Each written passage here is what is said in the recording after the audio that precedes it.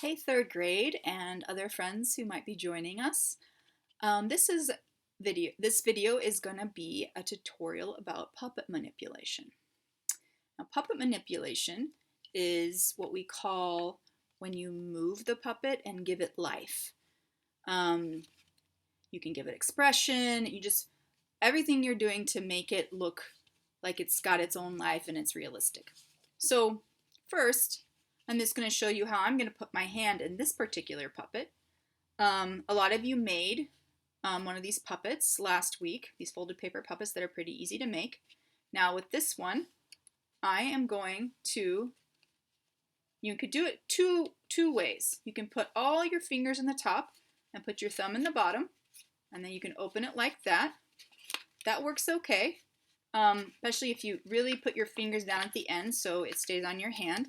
Now, I've been doing it, but I found that it started falling off if I got really wild with it. So you can also, instead of putting your pinky up top, you can put it in the bottom with your thumb to help keep it on your hand better. So whichever way you want. So the first thing, the main principle when you're opening and closing a puppet's mouth is that when it's talking, you're going to open its mouth on the vowels and you're going to close its mouth on the consonants, just like when people talk. That's what we do. So I'm actually just going to do it with my hand and my mouth right now. Let's use the word watermelon. Wa-ter-mel-lun.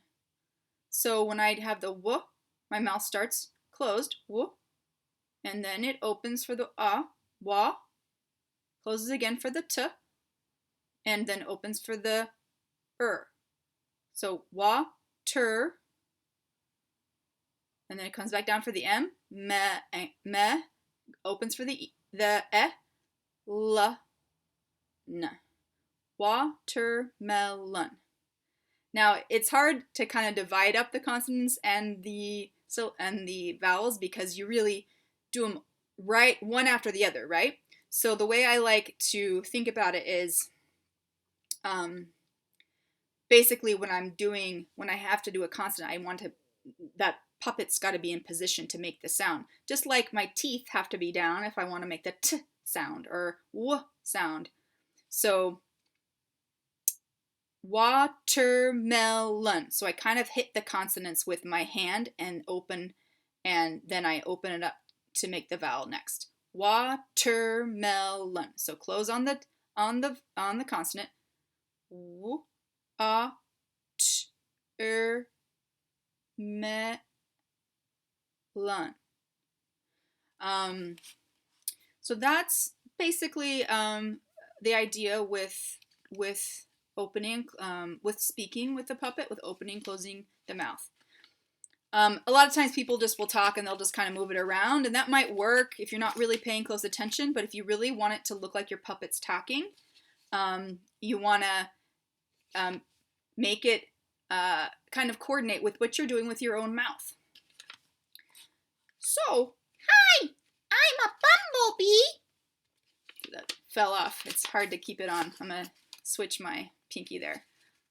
Hi, I'm a bumblebee, and my name is Billy, and I love to fly from flower to flower, and then I make honey. Okay, so you can see that the puppet's opening when I'm opening and closing when I'm closing. You can do that slow. Hi, my name is Billy. And then you just want to make sure that you don't leave the mouth open at the end of a word. You want to bring it back down because most people don't go, Billy! If the mouth's open, you're just going to keep saying. So, Billy! Close it when you're done making the sound. Now let's see. Let's talk about expression. So, besides making the words, you want to give your puppet some personality. So you can see I did that a little bit. Let's do some movement with the puppet. And you do that just by moving your arm and your hand around in different ways. If this was a puppet that went all the way down my arm, I could do a lot of stuff with my arm and my shoulder to give it life. But this bumblebee is kind of short, but I can still do a lot of stuff. I can, let's see.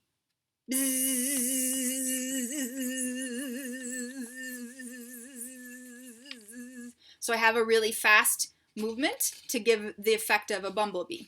So you want to not only make sure you're moving the mouth correctly, but then you're giving a little bit of expression for the character. One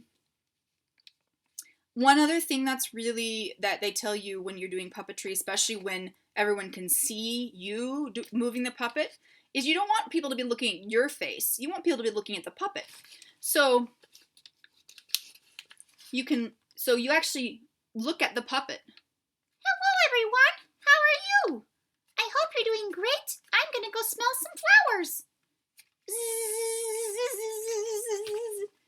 So if I keep my eyes on the puppet, it's more likely that you're going to look at the puppet too and not at my face. Now, when I'm doing a video show, I might be looking in the screen so I can see what my puppet's doing. But I can also just look at the puppet and to see what it's doing. And if I were behind an actual puppet stage, I wouldn't be able to see a lot of times what my puppet's doing. I just have to know what my puppet looks like with certain movements. And that's just something you practice and get good at knowing. Let's see. I'm looking at some notes here. Okay, so I'm just going to show you with a couple other puppets, the same principles. Now I've got my bear puppet. Now this bear is fun because I actually have arms for the bear.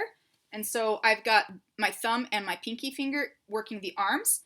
And then I'm going to do the top of the bear's head with one finger and the bottom with the other finger. So I can move them up and down. I can do it this way as well.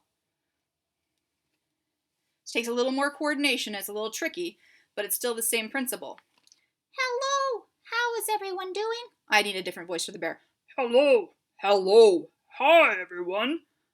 It's nice to meet you. I am so excited for today. Okay, so I can move the arms and open the mouth at the same time. So that's kind of fun. It's the same principle though. I want to close the mouth for consonants and open the mouth for vowels. Watermelon. Okay? Now, you might have puppets that don't have a mouth that opens, but you can still make it look like they're talking by moving the head. Hi, everyone. No one gave me an open mouth, but I'm still talking, see? And I can move my hands around. And so you can see also, you can use the rest of your arm to make it move in interesting ways, make it scurry. So that's just a quick tutorial on puppets. And so if you made a puppet last week, great. If you didn't and you want to make one now, you can make one now using the same links as before. I'll post them in your plans. And so this Thursday, we're going to have a chance for you to show us your puppets again. And so what I want you to do is come up with a little bit of a backstory for your puppet. The name, where it lives, things it likes to do, maybe if it has family members. And you can introduce your puppet and show us how you move the mouth. And so another good thing you can do, you can practice in a mirror, or you can practice using a tablet or computer camera. Practice the name and all the things about your puppet. Hello, my name is Bob. Bob, I am a bear, and I like to eat honey, and I like to eat worms. Okay, so that's just an example. So for all of you who might want to give it a try, we'll give you a chance on Thursday. And I'm looking forward to seeing you then. Bye!